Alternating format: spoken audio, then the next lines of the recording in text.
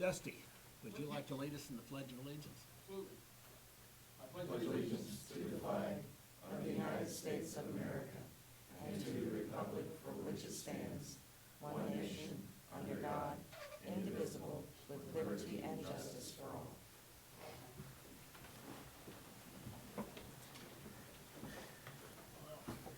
Welcome to the January 6th Shawnee County Board of County Commission meeting.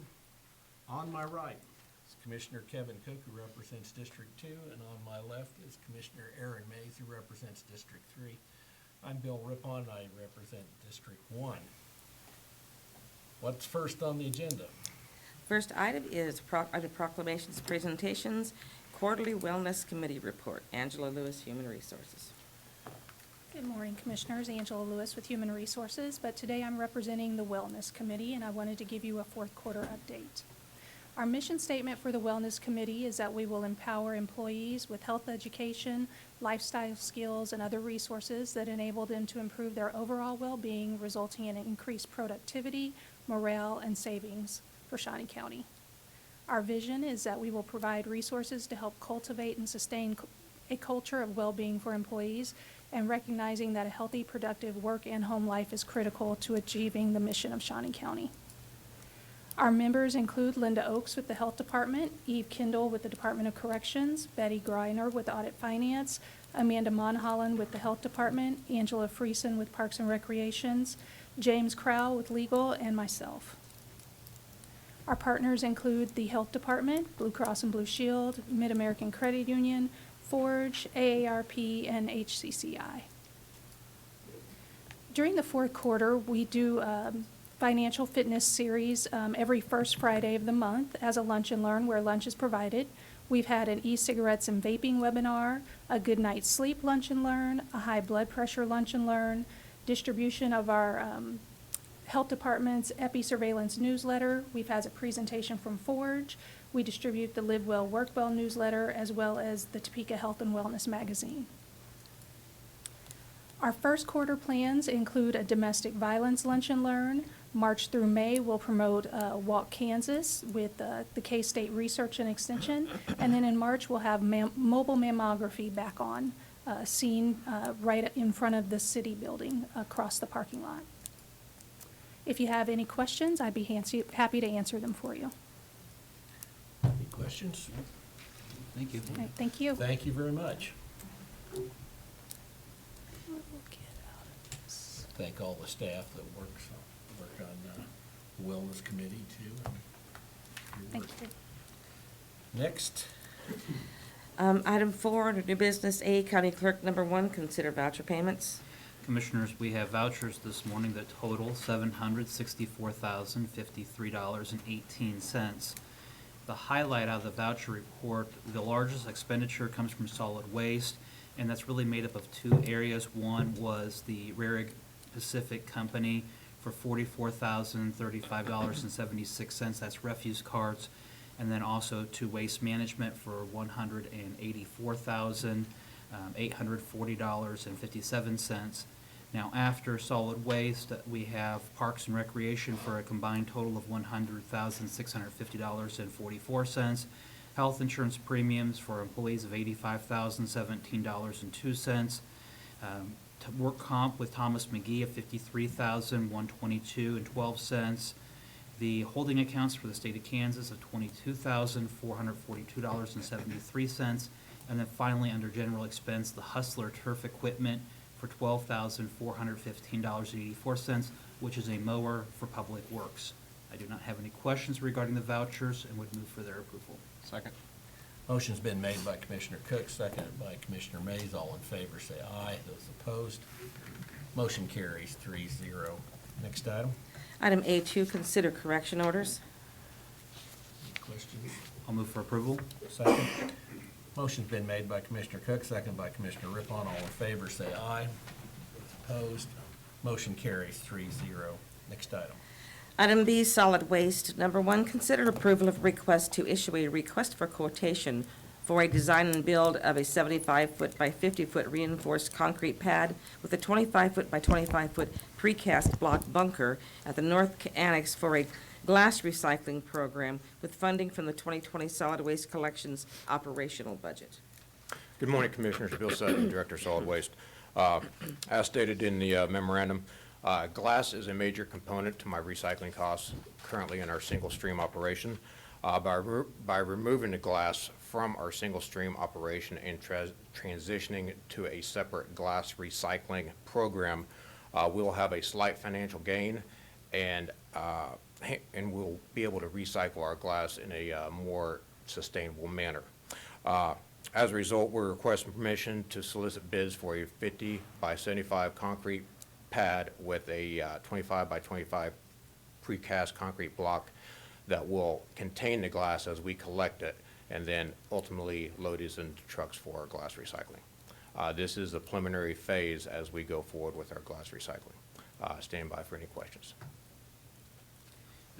Bill, ultimately, what is the impact on the customers that we have as far as the recycling? Are they going to have a third container for just glass? Is it going to be continuing to go into the recycling and then it's sorted at the MRF for glass? How is this going to work? As we get into this, we will not be able to offer curbside glass recycling.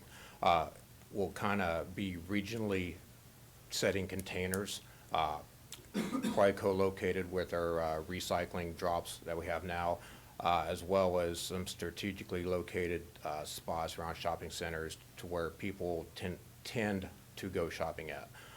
So therefore, when they go get groceries, they'll be able to drop their glass off. As we go forward, we'll obviously look and see if curbside glass recycling is feasible, but right now we do not have the initial plans to offer curbside glass. What is going to happen to the glass that's put into the recycling containers that we already have out? Is it going to just not be recycled at all, or what are we doing as far as letting the customers know what to do? Obviously, we're still recycling glass into containers now. That glass gets processed at the MRF. MRF processed glass is extremely dirty, and it's not able to be recycled in like for recycling glass. So it is being used out at the landfill for like construction purposes. So it's not going to a processing facility. So that's why we're trying to go this route so we can be more sustainable with our glass recycling. So should we be letting the customers know not to be putting glass into the recycling containers at this point? We're giving them the choice. If they're calling in, we're explaining to them. They can either put it in the refuse container or they can go ahead and put it in the single stream container. At this point, financially, I'd like for them to just go ahead and throw it away so it's not impacting my recycle numbers. But obviously, as we go forward, there will be a huge marketing campaign or media campaign to get the word out to our customers through various forms of media that we are transitioning into this glass recycling. All right, thank you. Yes. So, Bill, would you say that this is an effort to make sure that more glass is actually recycled and not wasted? Yes, that is correct. Thank you. Is the market just that bad at this point for glass? Is there just not much of a need, or is it too expensive to recycle? Or? If it's clean glass, it is very easily recycled. But if it's commingled in a single stream operation, you have to design your MRF to where that glass gets separated up front and it's a clean product. The way this process now, it is a very dirty product and it's just not able to be recycled. Are people still grinding up this dirty glass and using it in asphalt or anything like that? I know at one time they were doing things like that. Not here in Shawnee County, but. I am not aware of anything like that. All right. I'll make a motion to approve the request for the concrete pad. I'll second. Motion's been made by Commissioner Cook, seconded by Commissioner Rippon. All in favor, say aye. Those opposed, motion carries 3-0. Thank you, Bill. Commissioner. Next item. Item C, Public Works. Number 1, consider approval of request to issue a request for qualifications for professional design services necessary to prepare engineering plans, bidding documents, right-of-way plans, easement documents, utility plans, and cost estimates as necessary to replace the Northwest Wilson Road Bridge located approximately .07 miles south of Northwest 94th Street. Good morning, Commissioners. Kurt Neous, Director of Public Works. It's early 2020, and that means we need to start thinking about our year 2021 bridge projects. And the first one we've identified for letting in 2021 is Wilson Road over tributary to Half Day Creek. It's located about a tenth of a mile south of Northwest 94th. Northwest, the Shawnee, Jackson County line is right here. Northwest 94th, if you recall, Topeka Boulevard goes north. It makes a nice sweeping curve to 94th Street, and then it makes another nice sweeping curve into Jackson County. This is Wilson Road, and Wilson Road is pretty much 2 miles west of Topeka Boulevard. So that gives you an idea of where the project's located. I'm here before you because in order to start the process of replacing this bridge, we need to bring a consultant on board and do a design. And so that's why I'm here requesting that we issue requests for qualifications to bring a consultant on board. Just for your information, I'll show you some pictures of the existing bridge. It's kind of an interesting bridge. It's a simple span steel girder bridge, but the girders are encased in concrete, which is strange, very strange. And I could see where the designer in 1930 may have thought there was some advantages to encasing the steel girders in concrete, but I also see some disadvantages from a modern standpoint. The interior, it's a 4-girder bridge. Interior girders look great, but the exterior girders, the bottom flange, is just about shot. Again, this is the fascia concrete. The girders are encased in concrete again. And this is a close-up of that bottom flange. It's not in good shape. We have a load rating of 5 tons, and because of that load rating, school buses cannot use this bridge. It has a sufficiency rating of 28.4. Unlike golf, low score is not good. And so this bridge is in need of replacement. Here's another picture of the bottom flange, the other girder line. So with that, I take your questions. Mr. Chairman. Yes. I'm sorry. Kurt, just again for situational where this is located, this is west of the Topeka Boulevard, it's east of Highway 75, so it's pretty much right between the two. Correct. And then on this, we have some agreements, cooperative agreements with Jackson County regarding bridges that are very close to the border. For example, on the west side of 75 Highway, there was a bridge that was replaced by Jackson County in exchange for us replacing a bridge. So is this our responsibility as it would be within the county, or is it something that's under agreement with Jackson County? No, since it's fully contained within the county, it's our responsibility. Okay. And then the funding for this is coming from the half-cent sales tax? So it's Generally speaking, it should have said in here, yes, half-cent sales tax. And typically for bridges of this type, we try to shoot for the half-cent sales tax money. As we get closer to the project, we may pull from some other funding source, but right now, we think we can fully fund this with the half-cent sales tax money. Including this bridge, how many bridges do you think that we still have left to really address and look at within that, or? Well, you have to remember that we do a bridge inspection every 2 years, which is required by the federal government. And so every time we do one of these inspection programs, bridges are added to our list of bridges needing replacement. So as we work toward replacing the bridges, they come off the list, but every 2 years more bridges come on the list. So I guess to answer your question, that's why we're here. It's a never-ending job. It goes on forever. As the bridges age, they're on the list for replacement. As we replace bridges, they drop off the list. But it's just a never-ending cycle. 5 years ago, 6 years ago, we were looking at quite a few critical bridges, and we've addressed our critical bridges, getting down to the ones that are less critical. So does that still hold true? That we're- Absolutely. What we're trying to do, with very minimal exceptions, we're just going down the list from the 2018 report, and we're picking the highest priorities, doing that first, then going to the next priority. So this bridge is just in the next line of priority listing. And with even the pictures that we have here, it's still safe to travel across. Yeah, at that load rating, it's safe to travel.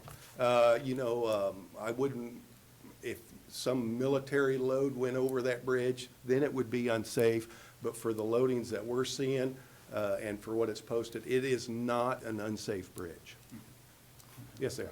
Kurt, do you know, are there any grain trucks or anything that go across that bridge currently?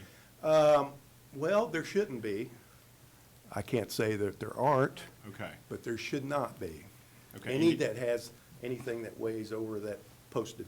And you said that bridge was built in the 30s? Yeah, that's what the information we So have it's here shows. 80 to 90 years old? Yeah, yeah. So they got their money's worth out of the I'd say we original got our bridge. money's worth, you bet, you bet. And quite frankly, replacement structures that we're building, I expect to get that or more. Okay, great.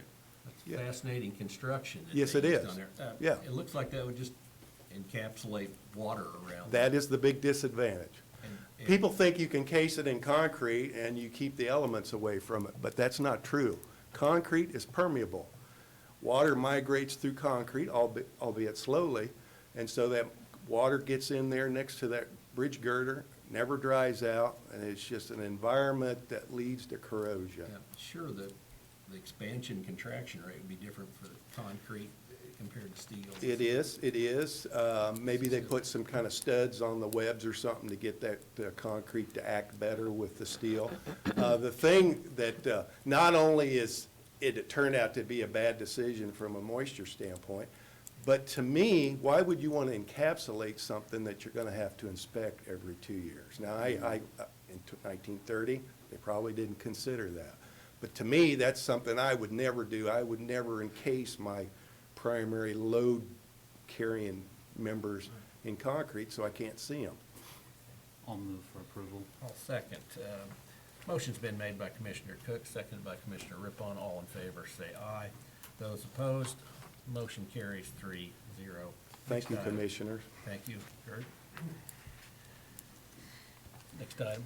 Item D, corrections. Number 1, consider authorization and execution of contract C2-2020, a lease agreement with Paul M. Bierman and/or Tracy M. Bierman for the occupation and use of office space at 411 Lincoln Street, Suite A, in Wamego, Kansas, to conduct community corrections business at a cost of $550 per month, utilizing grant funding received from the Kansas Department of Corrections.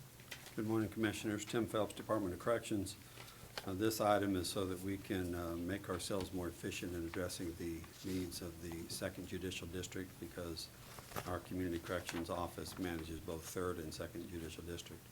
So this puts us closer to our clients and reduces the amount of travel that has to take place with our staff, and they're able to see more clients more efficiently. So I'd be happy to answer any of the questions you have. These judicial districts, they go outside our county, I take it then? Yes, sir. Second Judicial District is Pottawatomie, Wabaunsee, Jackson, and Jefferson. So we have officers that manage caseloads in those 4 locations. And this is all funded by state grant? Yes, it is. I have no questions. Move for approval. Second. Motion's been made by Commissioner Cook, seconded by Commissioner Mays. All in favor, say aye. Those opposed, motion carries 3-0. Thank you, Commissioner. Next item. Item E, Administrative Services. Number 1, consider approval of request to sell surplus vehicles and equipment. Betty Griner, Director of Administrative Services. Periodically, we go out, we sell old vehicles and equipment. As you could see by the list that was attached, these are old vehicles that have a lot of mileage on them, and it is just time to sell them for surplus. And we use Purple Wave to do that. Questions? Asking for approval. I would move that we approve. Second. Motion's been made by Commissioner Rippon, seconded by Commissioner Mays. All in favor? Say aye. Those opposed? Motion carries 3-0. 0. Thank you. Next item. Item 5, administrative communications. Take this time for anyone from any department to speak, and people from the public as well. Tim, you're on deck. Good morning, Commissioners. Tim Laurent, Shawnee County Parks and Recreation. I just wanted to let you know, as you know, we've been working on the Landon Trail Bridge at 27th and Kansas for some time. Wanted to let you know, and the general public as well, that it is open and ready for business, and that's it. Happy to report that it's done. Very good. Question, they had to make a clearing to get back there. Will that possibly be an access point to the trail now that it's cleared? I don't think that's the plan initially, Okay. anyway. We can discuss it, I but drove by there and I noticed that big clearing, and I Yeah. thought, we've got some cleanup left to do Sure. as far around the trail itself, but I don't think we're planning on doing that. okay. Thank you. All right, thank you. Anyone else? All right, Commissioner Mays. Nothing from me. And Mr. Cook? I think tomorrow morning, we have a breakfast to attend Wednesday morning, rather, for the weed department, as they open the farm show at the Expo Center, Stormont Avail Center. I always look forward to the farm show. I grew up on a farm, so I have to go look at the new John Deeres as they come in. I did the KSNT morning show this morning, and it's always good to get the word out to the public of what we're doing. I think it shows some transparency, and it's just informative for everyone, and so it's early morning for me. Yes. I think that's it. Do we- Executive session, executive, item 6. Do we have a need for executive session? No. No? Then we're adjourned. Thank you.